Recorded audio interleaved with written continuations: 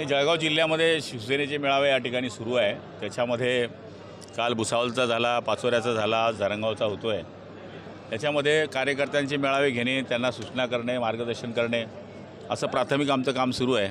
आणि जिथे जिथे महायुती लढणार आहे तिथे सूचना देणे, तिथल्या कार्यकर्त्यांकडून समजून घेणे, हा माझाच मतदारसंघ असल्यामुळे इथे काय करायचं आहे हे आम्हाला सगळ्यांना माहिती आहे। त्यामुळे येत्या निवडणुकीमधल्या ज्या 12 खऱ्या असतात त्या सगळ्या 12 खड्या सांगण्याचं काम या सभेमध्ये आम्ही केलेलं आहे। आणि हा कार्यकर्ता इथला नवीन नाही आहे।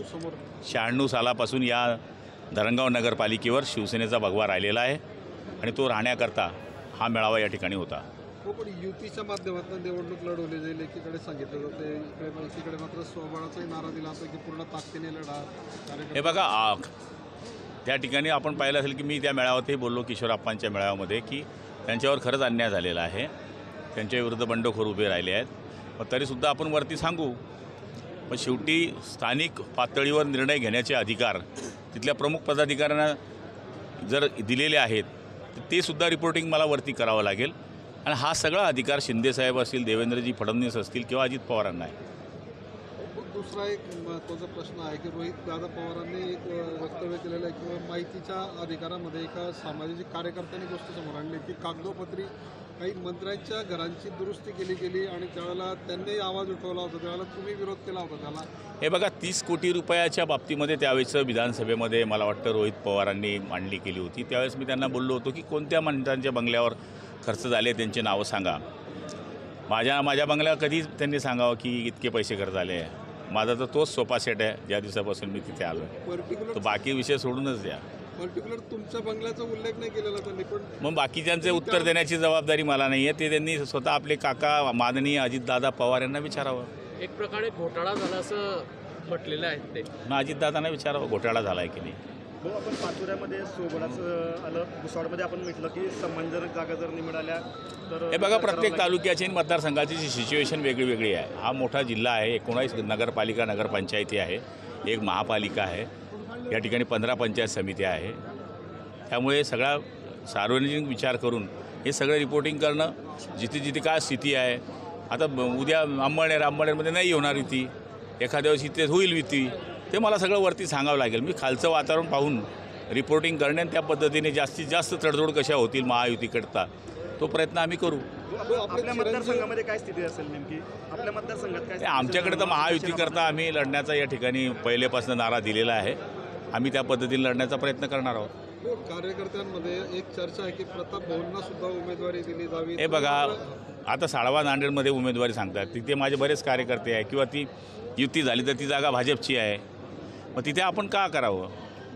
आहे ना, पाळदी जिल्हा परिषद गट आहे जिथे आम्ही शिवसैनिक निवडून आणू शकतो, किंवा वेट अँड वॉच, त्याच्या नशिबात नसेल, मेहनत केलेली आहे, हे सगळ्या जगाने पाहिलं आहे। पण शेवटी प्रारब्धाशिवाय कोणत्या गोष्टी खोट्या आहे। सिरसोलीमधून देखील मागणी होते ना कार्यकर्ते, सगळीकडून मागणी आहे, पण तिथल्या कार्यकर्त्यावर मी अन्याय करायचं का? तर माझ्या मनाला ते पटत नाही। आमदार प्रकाश सुर्वे यांनी एक वादग्रस्त वक्तव्य केलेले, आमदार प्रकाश सुर्वे यांनी आई वेली तरी चालेल पण मावशी जगली पाहिजे असं प्रकाश सुर्वेने वादग्रस्त वक्तव्य कोणती केलं. मावशी? मला माहीत नाही। मावशी कोण?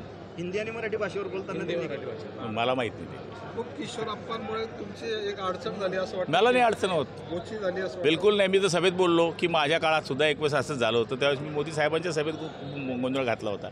यावेळेस त्यांनी काम केलं ते दिलदारीने, मी म्हणतो त्यांनी काम केलं आहे। हे बघा, जे वस्तुस्थिती आहे ती बोलली पाहिजे, आणि मी तिथे तेही बोललो। पहिले भाषण करताना आपण पहिलंच ऐका की माझ्या मतदारसंघात त्यांनी काम केलं, पण तुमच्या मतदारसंघात केलं नाही हे सगळ्या जिल्ह्याला माहिती आहे।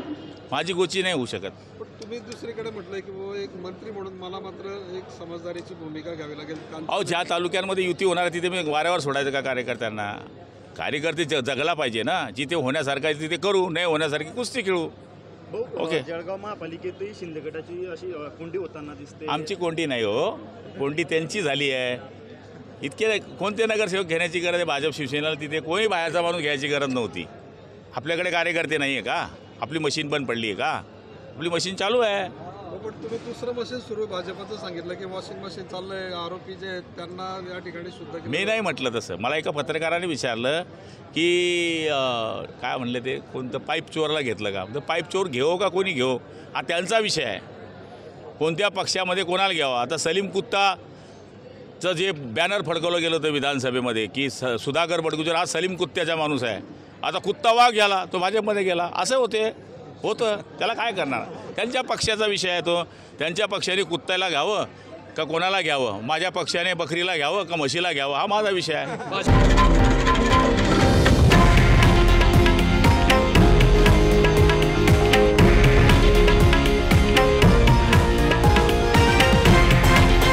हे आहे देशातील नंबर 1 न्यूज नेटवर्क आणि आपण पाहत आहात TV9 मराठी, एकमेव.